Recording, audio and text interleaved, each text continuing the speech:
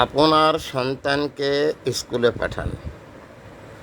আপনার সন্তানকে স্কুলে পাঠান। তবে হ্যাঁ, যদি আপনার প্রতিদিনের উপার্জন 500 টাকার উপরে না হয়, দয়া করে পঞ্চম শ্রেণী পর্যন্ত আপনার সন্তানকে পড়াবেন। এরপরে তাকে যে কোনো একটা কাজে লাগিয়ে দেবেন। তাহলে সে জীবনে কিছু করে খেতে পারবে। সেটা হতে পারে সেলুনের কাজ, সেটা হতে পারে পাটায় ধার খেয়ে বাঁচার কাজ, সেটা হতে পারে কোনো ফেরিওয়ালার কাজ, সেটা হতে পারে কোনো কাঠমিস্ত্রির কাজ। মোর দেন সে একজন শ্রমজীবী হস্তশিল্পী হিসেবে হাতের কাজ জানা থাকলে সে জীবনে দুটো ভাত করে খেতে পারবে। আর যদি আপনি বড় স্বপ্ন দেখেন, যেটাকে বলা হয় দিবা স্বপ্ন, আপনি আপনার সন্তানকে হাই স্কুলে পড়াবেন। হাই স্কুল শেষ করে যদি আপনার সন্তান কোনোভাবে এসএসসি পাস করে যায়, ওই যে তার প্যান্ট শার্ট পরা অভ্যাস, সেটে সে আর খুলতে পারবে না। সে ভ্যানও চালাতে পারবে না, সে অটোও চালাতে পারবে না। এর উপরে যদি আরও যায় ইন্টারমিডিয়েট পাস, তাহলে সে কৃষিকাজ করতেও লজ্জাবোধ করবে। এটা তখন আপনার জন্যে, সংসারের অভিভাবক হিসেবে আপনার জন্য বুমেরাং হয়ে যাবে। এটা আমার নিজের জীবনের অভিজ্ঞতা দিয়ে আপনাদের সাথে শেয়ার করছি, এজন্য যে ভুলগুলো আমার জীবনে হয়েছে, সেই ভুলগুলো যেন আর কোনো মানুষের জীবনে না হয়। মাননীয় প্রধানমন্ত্রী বলেছিলেন প্রত্যেক ঘরে ঘরে চাকরি দিয়ে দেবেন। এটা হচ্ছে একটা মিথ্যাকে তিনি লালন করেছিলেন।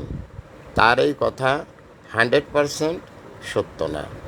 আর এই জায়গায় যদি মাননীয় প্রধানমন্ত্রী বলতেন তোমরা সবাই শুধুমাত্র লেখাপড়া করে চাকরি করবে, এই চিন্তা করে লেখাপড়া করো না, লেখাপড়া করলেই যে চাকরি হবে তার কোনো গ্যারান্টি নেই, তোমরা অন্য পেশায় জীবনকে পরিচালিত করার চেষ্টা করো, তাহলে সেটা রাজ্যের প্রজাদের জন্য অনেক ভালো হতো।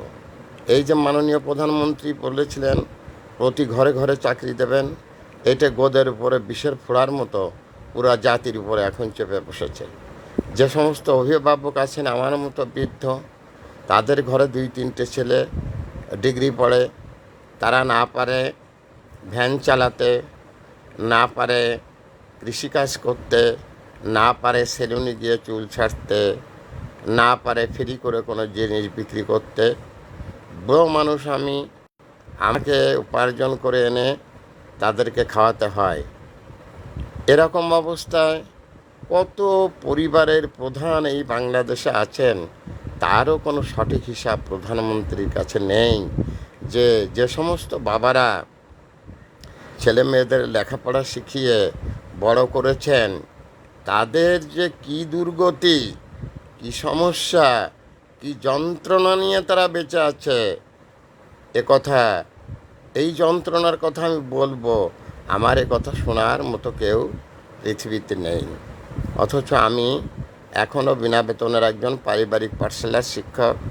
আমার কোনো আর্নিং পজিশন নেই।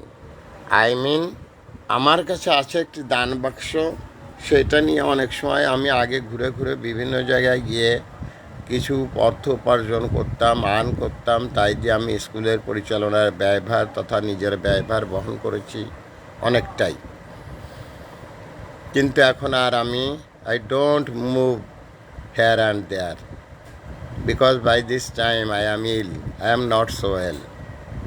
So আজ আর আমি বাইরে বাইরে ঘুরতে পারি না, কোনো আর্নিং পজিশন আমার নেই, কিন্তু স্কুলটা আমার ঠিকই আছে। ছেলে মেয়েদের আমি নিয়মিতভাবে পড়াই, তবে কোনো টাকার বিনিময়ে না। যাদেরকে আমি পড়াই তারা টাকা দেওয়ার মতো কোনো ছেলেপেলেও না, তারা তো পড়তেই চায় না। এরকম একটা অবস্থায় আমি সামাজিকভাবে সমাজকে ডেভেলপ করার জন্য আমি কাজ করি। তো এই পৃথিবীর যত মানুষ আছেন যারা সংসারের অভিভাবক, আপনাকে একটা কথা ভাবতে হবে যে আপনার উপার্জন যদি 500 টাকার উপরে না হয়, কোনো অবস্থাতেই আপনার সন্তানকে হাই স্কুলে পড়াবেন না। হাই স্কুলে পড়ালে আপনি মারা যাবেন। ওই সন্তান আর আপনার কাজ করে খেতে চাইবে না, কারণ তখন সে প্যান্ট শার্ট পরে হাই স্কুলের বাতাস তার গায়ে লাগবে। আর কোনো অবস্থাতে যদি কলেজের বাতাস গায়ে লাগে, ফার্স্ট ইয়ারের বাতাসটাই ধরেন ওখানেই সে কী হয়ে যাবে, ইন্ড হয়ে যাবে। ইন্ড মানে শেষ, ফিনিশ মানেও শেষ। এখানে আমি ইন্ড বললাম এই জন্যে যে ফিনিশ মানে জীবনে মরে যাওয়া, জীবনে মরে যাওয়া না, ইন্ড মানে আবার সেটা চালু হয়। এই ক্ষেত্রে আমি এটার ব্যবহার করলাম। তো যাই হোক, একজন গার্জিয়ান হিসেবে আমার আপনাদের কাছে করজোড়ে নিবেদন, যাদের উপার্জন বাংলাদেশে 500 টাকার উপরে নয়, তারা কখনোই আপনার সন্তানকে পঞ্চম শ্রেণী পাশ করাইয়ে প্রাথমিক শিক্ষা দেওয়ার পরে তাকে আর দয়া করে হাই স্কুলে ভর্তি করবেন না। আমার মতো এভাবে অসহায় জীবনযাপন করবেন না। আমার মতো এভাবে কষ্টে জীবনযাপন করবেন না। আমার যে কষ্ট, এটা দেখে অন্তত পক্ষে আপনারা শিক্ষা নিন। যে কষ্টটা আমাকে ছুঁয়ে গেছে, এই কষ্টটা যেন আপনাদেরকে স্পর্শ না করে। তার মানে লেখাপড়া শিখলেই যে রাষ্ট্র আপনার সন্তানকে চাকরি দিতে পারবে, এর বিন্দু মাত্র কোনো গ্যারান্টি নেই। এটা হচ্ছে অলীক স্বপ্ন অথবা দিবা স্বপ্ন। তাই আজ সমস্ত অভিভাবক বাংলার যারা আছেন, যারা সংসার জীবনে পা রেখেছেন, যাদের সন্তানেরা স্কুলে যাচ্ছে, প্রাইমারিতে পড়ছে, প্রাইমারি শিক্ষাটা বাধ্যতামূলক, কারণ তার নিজের জীবন সম্পর্কে সচেতন হতে হলে তাকে প্রাইমারি শিক্ষাটা বাধ্যতামূলক করতে হবে। এরপরে ডোন্ট মুভ। কোন অবস্থায় যদি আপনার উপার্জন 500 টাকার উপরে না হয়, বাই দিস টাইমের ফিগার টাইম বললাম, এরপরে গিয়ে যখন আবার মুদ্রাস্ফীতি শুরু হবে, তখন এটা 1000 টাকার উপরে যদি না হয়, আপনি এ পথে যাবেন না। এভাবেই আপনাকে ভাবতে হবে। বাংলাদেশে একজন পরিবারের অভিভাবক উপার্জন করে 3 জন প্রাণী চালানোর মতো অবস্থা এখন আর নেই। সেখানে যদি আপনার 4-5টা ছেলেমেয়ে নিয়ে বাস করতে হয়, আপনি কাঙ্গাল হয়ে যাবেন। সেই কাঙ্গালের কান্না দেখার মতো কেউ নেই। পৃথিবীতে কেউ কারোর কান্না দেখতে চায় না। পৃথিবীতে যারা বড় লোক, তারা আয়েশি জীবনযাপন করে, তারা গরিব মানুষদেরকে দেখতে পারে না। শুধু একটা কারণে দেখতে পারে, তাদের শ্রমের কারণে। তাদের শ্রমের জন্য তারা গরিব মানুষকে ব্যবহার করে। বাট গরিব আর বড় লোক অনেক তফাৎ, অনেক পার্থক্য। সেই পার্থক্যটাই আমি আপনাদেরকে এই ফেসবুকের মাধ্যমে বোঝানোর চেষ্টা করছি। এই জন্যে যে ভুলটা আমার জীবনে হয়েছে, যে কষ্টটা আমি পাচ্ছি, এই কষ্টটা যেন আর 5 জন মানুষের ভিতরে ছড়িয়ে না যায়, আর 5 জন মানুষ যেন এই কষ্ট থেকে রক্ষা পায়। Thanks a lot. Viral sir, আমি এখন বৃদ্ধ, ওষুধ আমি নিয়মিত কিনে খেতে পারি না টাকার অভাবে। কোনো দিন কিনে খাই, কোনো দিন কিনে খেতে পারি না, এরকম অনেক দিন আমার চলে যায়। কারণ আমার যে পরিমাণ টাকার ওষুধের দরকার, সেই পরিমাণ টাকা দিয়ে আমাকে সাহায্য করার মতো কোনো লোক নেই। সো আপনাদের কাছে অনুরোধ, আপনারা আমার এই কথাগুলো শুনে আমাকে টাকা দিতে পারেন না, না পারেন, ওইটা কোনো বিষয় না। বিষয় হচ্ছে আপনারা যেন ভবিষ্যতে এই ধরনের বেদনাদায়ক পরিস্থিতির শিকার না হন।